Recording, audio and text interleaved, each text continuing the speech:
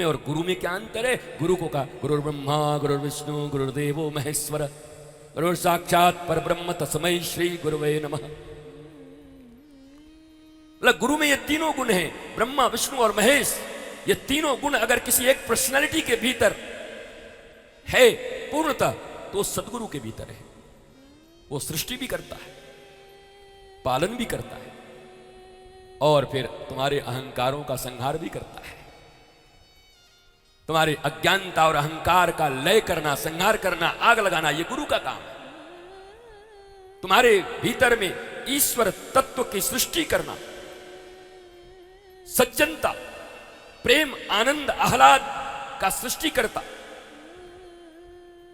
और तुम्हारे भीतर का सत्संग कहीं कोई मंथरा चुरा के न ले जाए, उसके लिए वो पालन करता भी बनते हैं। संत महात्मा के रूप में, गुरु के रूप में तुम्हारी हिफाजत करते रहते हैं कि कहीं तुम दुर्जनों के संग में न चले जाओ।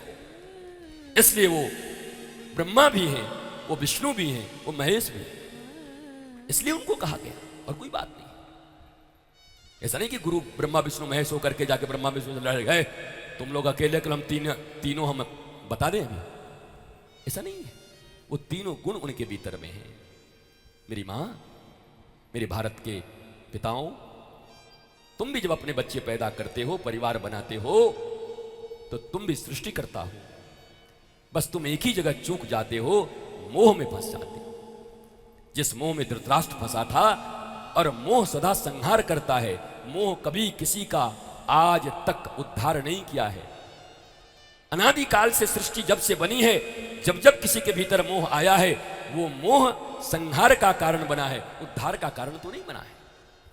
और अगर तुम जानते हो और अपने आप को कहते हो कि मैं पढ़ा लिखा हूं, आईए बीए सीए, तो फिर तुम्हें यह बात क्यों समझ में नहीं आती?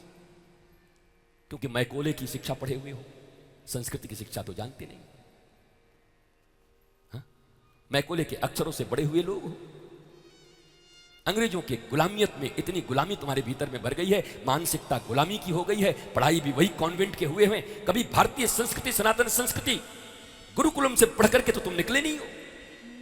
इसलिए तुम्हारे भीतर वो चीजें नहीं है, मोह तुम्हें खा जाती है।